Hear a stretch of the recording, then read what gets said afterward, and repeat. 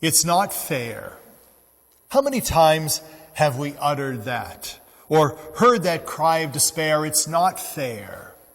It emerges from the back seat of the family car where the kids are fighting over room or portions of a snack. It's a cry at the funeral home when someone we love dies too soon.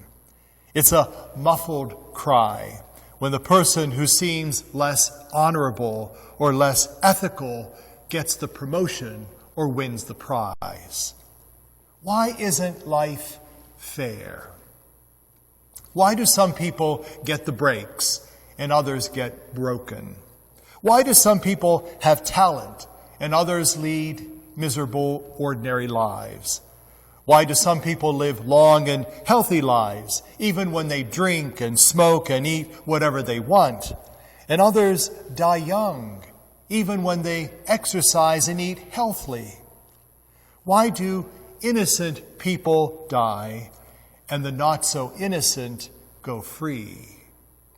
Let's examine briefly the notion of fairness in light of the sacred scriptures. And we see what constitutes fairness in the first place. Most of the time we imagine fairness as an equal distribution of goods and blessings and opportunities, but that's not really possible at all. Take a look at your own family. If you are a parent of more than one child, you know that they are not exactly the same. They are different. Their needs are different. Their personalities are different.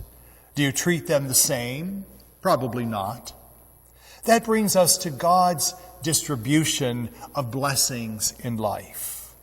The main point is that we are all ill-equipped to judge God's plan and God's purpose. We cannot fathom all the mystery of God's ways.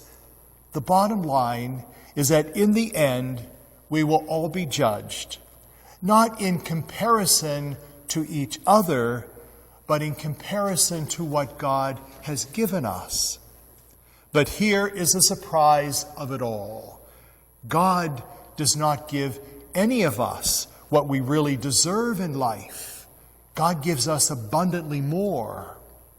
Did you notice the common theme in today's 3 scripture readings?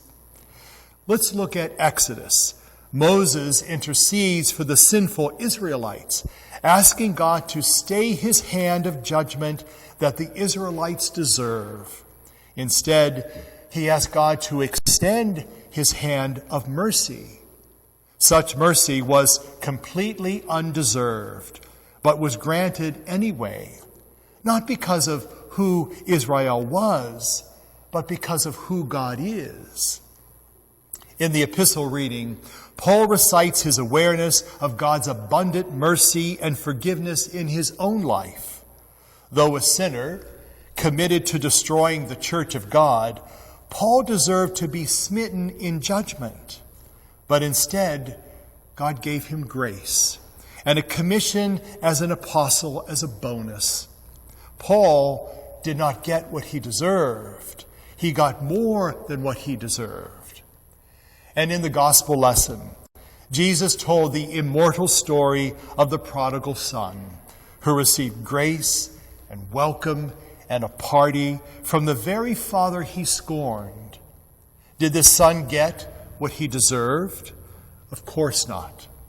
But for that matter, his older brother did not get what he deserved either.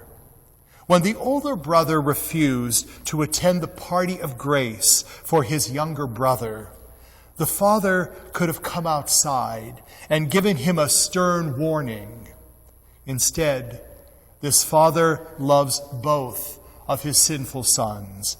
And the parable ends with the father out in the cold, urging the older brother to join in the joy that was meant for them both. So it is true, life is not fair at all. We do not get what we deserve. We get far more. And that is the reason we thank God that he does not give us justice. Aren't you glad that all of us live and die at the hands of a God who loves mercy so much that he even violates the universal desire for fairness. Life is not fair at all. Thanks be to God.